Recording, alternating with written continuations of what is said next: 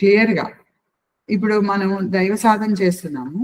ఈ విద్య బావుంది. దివ్య జ్ఞానం. దివ్య జ్ఞానం అంటే 2 పాయింట్లు గుర్తుపెట్టుకోండి. ఒకటి దైవము, 2 దైవతత్వం. దైవతత్వం అంటే కారణ ఫలిత సిద్ధాంతము. దైవం అంతటా ఉన్నదదే. సో, ఈ 2 మర్చిపోకుండా ఉండాలి.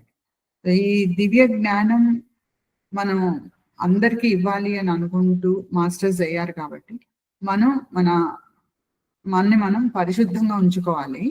ఎటువంటి ఆలోచన వచ్చినా సరే, అది అందరికీ మేలు చేసేదిగా ఉండాలి. ఇతరులకు గాని, మనకు గాని. మనం గూడా దుఃఖం పొందకూడదు ఆలోచన వల్ల. ఇప్పుడు లా ఆఫ్ అట్రాక్షన్ అంటూ చెప్తున్నారు కదా! మనం ఏది మాట్లాడినా సరే దానికి అనుగుణమైన చేంజెస్ మనకొస్తాయి. గురువుగారు ఏం చెప్పేవారంటే, మనకి ఏ ఆలోచన వచ్చినా దాన్ని అనుసరిస్తూ మన బాడీ రెస్పాండ్ అవుతూ ఉంటుంది.